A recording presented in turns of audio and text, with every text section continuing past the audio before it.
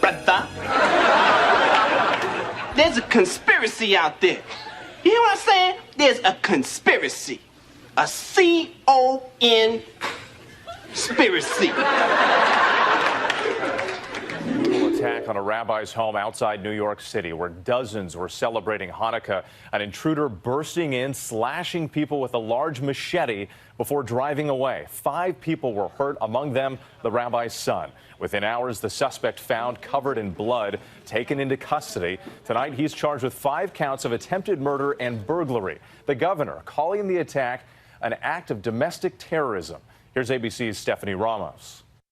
Tonight, a Jewish community reeling after 5 people were stabbed during a Hanukkah celebration in what the governor of New York is calling an act of domestic terrorism. Report multiple people stabbed. Just around 10 p.m. Saturday night, families gathering at the home of a Rockland County rabbi for the 7th night of Hanukkah when a man burst in holding a machete. I need a crew for stabbing victims. Those inside describing a scene of terror. I ran into the other room because I tried to save my life. I saw him running down this way. Just swinging his sword, knife, I don't know what it was, back and forth, hitting people. One of the 5 stabbed is still in critical condition tonight with a skull fracture. Why'd you do it? Police say the suspect, 38-year-old Grafton Thomas, ran from the home and headed toward the nearby synagogue. We were scared, but we were not surprised. Why is this happening? The Community Public Affairs Council posting this surveillance video, which they say shows the suspect leaving the scene in a car.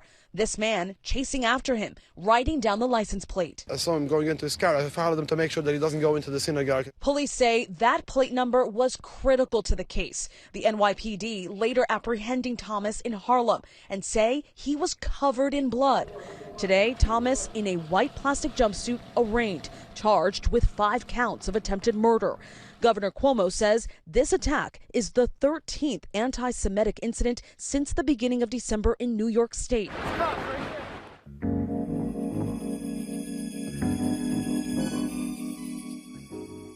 Murder of a jogger. Chanel Lewis was arraigned in a New York court yesterday. He is charged with second-degree murder in a connection with the death of Karina Petrano. Vladimir Duthier of our streaming network, CBSN, shows how DNA and an old tip helped police find the suspect. He now faces a possible sentence of 25 years to life in prison. Why'd you do it? Why'd you kill her? Chanel Lewis was visibly stunned as he was led to court Sunday. Police say evidence links him to the murder of 30-year-old Karina Vetrano. Over 250 leads were received from the public, and over 1,700 investigative reports were prepared. On August 2nd, Vetrano went for a jog near her home in Queens, New York. This video obtained by Crime Watch Daily shows a 30-year-old running on the street moments before she was killed. Vetrano's father, Philip, found her body along their normal jogging route, face down in a marsh. We've been in a state of shock for 6 months. It had to be a random, wrong place at the wrong time. You know, she was unlucky that day. At one point, it seemed the case had gone cold. She had the DNA under her nails. She had touch DNA on her back, and there was more DNA on the cell phone. Then, police caught a break. A 911 call placed 20-year-old Chanel Lewis in the area of the murder months earlier. Though he had no criminal history, police interviewed him. We went to his house. He freely gave a buccal swab of his DNA to us. Lewis was interviewed by detectives and made detailed, incriminating statements and admissions. Police say the DNA was a match and that Lewis confessed. On Sunday, Vetrano's parents encountered him for the first time when he was arraigned. He's a demon! He's a demon! Chanel's father, Richard, was shocked by his son's arrest. He's a great guy, and he's not the person who would have done what they say.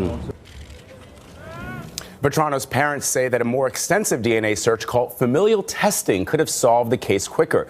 The process searches a large DNA database of crimes committed, looking for likely relatives of an assailant. Critics say it is an invasion of privacy. A state commission in New York is set to meet later this month to discuss whether or not familial DNA testing should have been permitted. So where is the conspiracy? conspiracy between my brother and the man. According to who? Whitey and Jews. See, this is all the work of Whiteys and Jews. Now, I understand Whiteys, but why the Jews? Because Jews is also captain. Over my brother? Right on. And amen and preach on, my brother. This is more confusing than the Tawada Brawley trial.